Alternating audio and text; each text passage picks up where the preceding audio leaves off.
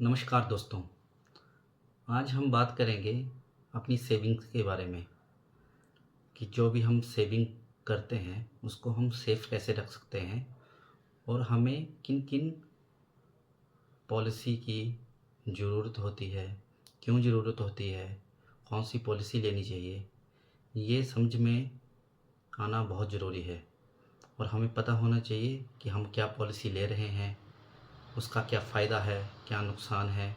तो सबसे पहले हम बात करते हैं कि हम सेविंग्स क्या क्या करते हैं। जो लोग जॉब करने वाले हैं उनका पीएफ भी एक सेविंग है। उसमें अगर वो बीपीएफ या जीपीएफ कटवा रहे हैं अलग से, वो भी उनका सेविंग है। अगर वो एफडी करके रखते हैं बैंक में, वो भी सेविंग है। या पेंशन स्कीम में इन्वेस्ट करते हैं, वो भी एक सेविंग है। उसके अलावा अगर आप स्टॉक मार्केट में शेयर का ट्रेडिंग करते हैं, यानी कि आप लॉन्ग टर्म इन्वेस्ट करते हैं, वो भी एक इन्वेस्टमेंट है, वो भी एक सेविंग है। लेकिन आपको उसके बारे में पूरा नॉलेज होना बहुत ज़रूरी है। अगर आपको नॉलेज नहीं है तो आप म्यूचुअल फ़ंड कर सकते हैं, म्यूचुअल फ़ंड में लमसम कर सकते हैं या एसआईपी कर सकते हैं, वो भी एक इन्वेस्टमेंट का ज़रिया है। इसके अलावा हम जितना भी ये इन्वेस्टमेंट कर रहे हैं इसको हम कैसे सेव रख सकते हैं। एग्ज़ाम्पल के लिए मान लीजिए कि आपने इतना सारा सेविंग करके रखा हुआ है, एक्स वाई जेड जितना भी अमाउंट आपके पास है वो सेव किया हुआ है आपने या इन्वेस्ट किया हुआ है। लेकिन अगर आपके घर में कोई बीमार हो जाता है या आप बीमार हो जाते हैं तो आपकी सारी सेविंग एक ही टाइम में, अगर कुछ बड़ी बीमारी हो गई तो ख़त्म हो जाएगी और आपका इन्वेस्टमेंट ज़ीरो हो जाएगा।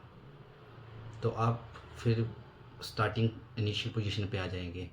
तो आपकी इन्वेस्टमेंट ख़त्म ना हो उसके लिए क्या करना चाहिए, उसके लिए आपके पास में एक मेडिकल इंश्योरेंस होना बहुत ज़रूरी है।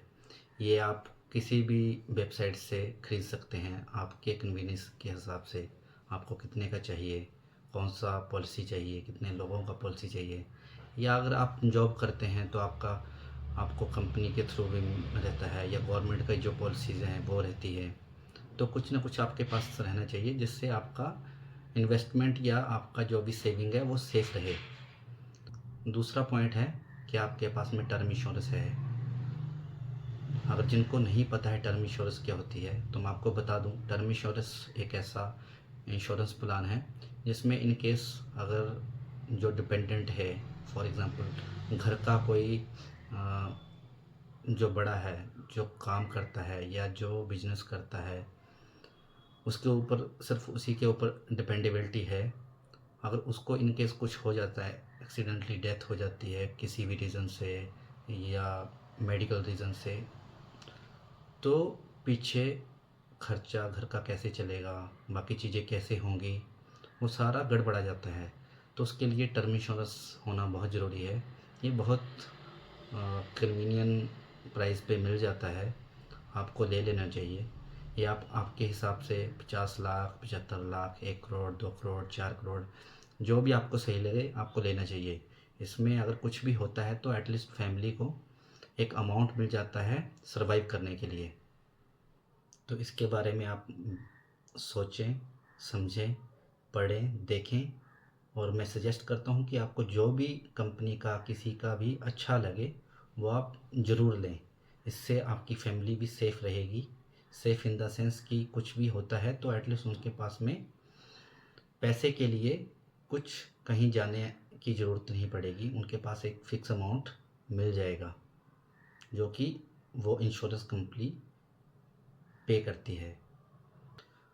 अगर आप लोग चाहते हैं कि कौन सा मेडिकल इंश्योरेंस ले या कौन सा टर्म इंश्योरेंस ले तो आप कमेंट में बता सकते हैं। हम उसके ऊपर भी एक स्पेसिफिक वीडियो बना देंगे कि कौन सी कंपनी तो हम सजेस्ट नहीं करेंगे, वो आप डिसाइड कर सकते हैं। लेकिन हम बता देंगे कि कौन सा पॉलिसी अच्छा रहेगा, कौन सी टर्म एंड कंडीशन रहती है, क्या क्या रहता है, उसके ऊपर भी एक स्पेसिफिक वीडियो बना देंगे। इसके अलावा मैं बताना चाहता हूँ कि कभी भी हमें जल्दी जल्दी पैसा बनाने के चक्कर में नहीं पड़ना चाहिए। जो बात करते हैं कि हम रातों रात पैसे को डबल कर देते हैं या इतना रिटर्न देते हैं, तो उनकी बातों में नहीं आना चाहिए।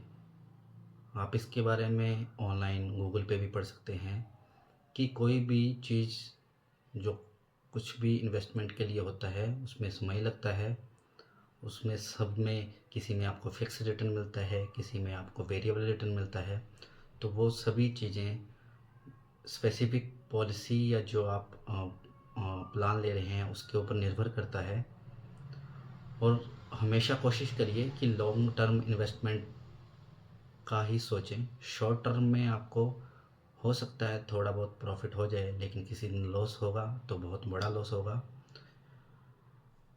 और ये स्पेसिफिक स्टॉक मार्केट के रिलेटेड है, तो इस बात का ज़रूर ध्यान रखें। और हमेशा इस बारे में सोचें कि मैं अपने पैसे को कहाँ इन्वेस्ट करूं जहां से मेरा पैसा बढ़ सके, मैं और पैसा कमा सकूं। क्योंकि पैसे से ही पैसा बनता है। जब तक आप इन्वेस्टमेंट नहीं करेंगे तब तक आपका पैसा वैसे का वैसा ही रहेगा और उसका वैल्यू कम होता जाएगा। तो हमेशा ध्यान रखें कि आप इन्वेस्टमेंट ऐसी जगह पे करें जहाँ पे आपका इन्फ्लेशन रेट एटलीस्ट बीट हो। हमारा इन्फ्लेशन रेट अप्रॉक्स 6 to 7% चलता है हमेशा, 5, 6, 7%।